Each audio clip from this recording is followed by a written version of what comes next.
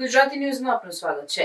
સાબરકાંઠાને મેદસ્વીતા મુક્ત બનાવવા હિંમતનગર સૌરભ ગ્રાઉન્ડ ખાતે નાગરિકો દ્વારા યોગનો અભ્યાસ કરાયો।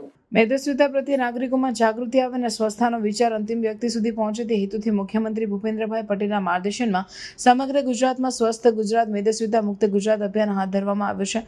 સાબરકાંઠાને મેદસ્વીતા મુક્ત બનાવવા માટે ગુજરાત યોગ બોર્ડ દ્વારા હિંમતનગર સૌરભ ગ્રાઉન્ડ ખાતે નાગરિકોએ યોગનો અભ્યાસ કર્યો હતો। જિલ્લા કોઓર્ડિનેટર અમીબેને જણાવ્યું કે સ્વસ્થ ગુજરાત મેદસ્વીતા મુક્ત ગુજરાત અભિયાન અન્વયે ગુજરાત રાજ્ય યોગ બોર્ડના ચેરમેન યોગ સેવક શિષપાલજીના નેતૃત્વમાં સાબરકાંઠામાં યોગ શિબિર સહિતની વિવિધ પ્રવૃત્તિઓ કરવામાં આવી રહી છે, જેમાં ડાયટ, આસનો, પ્રાણાયામ અંગે તાલીમ આપી સમજાવવામાં આવે છે, જેનાથી લોકોને બીપી, ડાયાબિટીસ, કોલેસ્ટ્રોલ, થાઇરોઇડ સહિતના રોગમાં ખૂબ રાહત અનુભવી રહ્યા છે।